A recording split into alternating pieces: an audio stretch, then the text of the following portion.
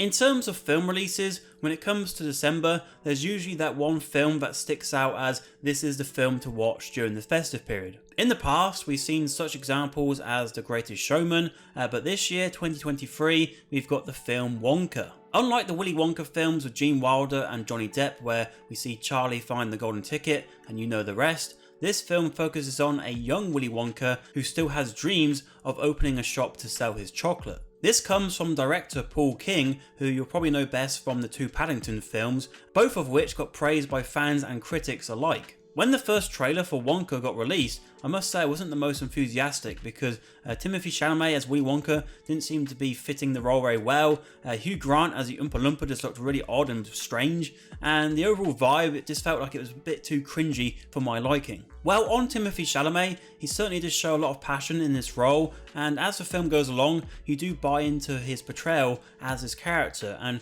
I think he does in the end work pretty well as that central figure. However, on the next point of Hugh Grant as the Oompa Loompa, he actually never really gets a chance to settle down into this role because he's not really in the film that much. But when he is, he still does look quite odd. Hugh Grant puts across his quirky style and approach to the character, but I'm not really so sure it worked that well. With regard to the film coming across as cringy, in the end, any feeling of that really was stemmed from the dialogue, and it was sort of here and there as well, like it wasn't overbearing. On a production standpoint, this film is very impressive. The sets really help you get into this world, the dance routines are well executed, and the music I think works really well within this film. There's no real standout new song from this, but there are some great renditions of old songs. One of the most exciting things about Willy Wonka is finding out the effects his chocolate has on the person eating it. And so we do see some characters fly around, grow all different types of hairstyles, and this chocolate just looks so yummy to eat. So if you have no food near you when you're watching the film, then bad luck because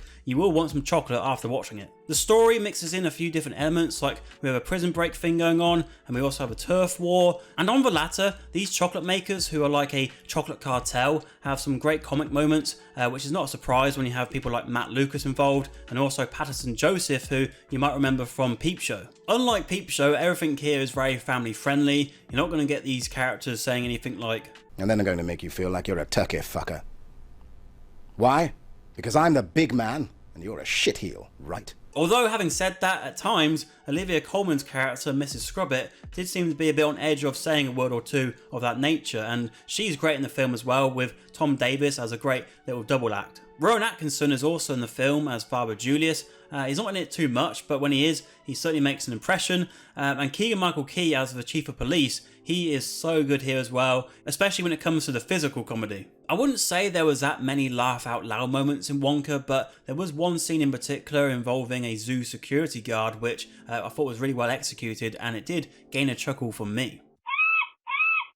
Will you shut up? You shut up, man. It's a comedy. Someone I've yet to mention in this review is Noodle, who's played by Calla Lane. She's a little girl who goes on this adventure with Willy Wonka, and they do form a pretty good team. Huh. A double, huh? Do you have a pencil and paper? Uh-huh. I got an idea. These two form the emotional core of the film, where we see Willy Wonka talk about his late mother and how she inspired him to fulfill his dream. And then we have Noodle, who was dumped as a baby into Mrs. Scrubbit's care, and she is unknowing of her real family. When we get to the climax of the film, I think there is satisfaction for Willy Wonka's character, but for Noodle, I think they could have done a bit more there, and also for the young actress. She did well to deliver her lines, but I think some of the emotion behind it was lacking. Referring back to what I said at the start of the video, where I said that Wonka would be this year's film to watch in the festive period, I do think the film is fine enough to be that movie, and I think it will work for families and for kids in particular. And a bit like a pantomime, there will be moments where you do roll your eyes, but you're there for the overall enjoyment. Is it something I'd personally watch again? Not really. I think if it is on TV at some point, I'd happily stick it on though. And I think also with this film, it does work in a way where it could easily translate onto the stage if they want to. I know I've done a Wonka musical before, but this seems like a really good sort of foundation to build on. Interestingly enough, last year we had Matilda the musical make the opposite jump. And I think the songs were much better in that film than what we have here with Wonka, but that is to be expected because of course that originates from a musical. I never really had any desire to see an origin story for Willy Wonka, and after seeing the film, I don't think it has become a must-see for fans or anything like that. But at least it did attempt to tell a different story, and it wasn't just Charlie and the Chocolate Factory once again, and I did get a little bit swept away in the joy and quirkiness on show here. I do wish a bit more attention was given to some key moments throughout the film,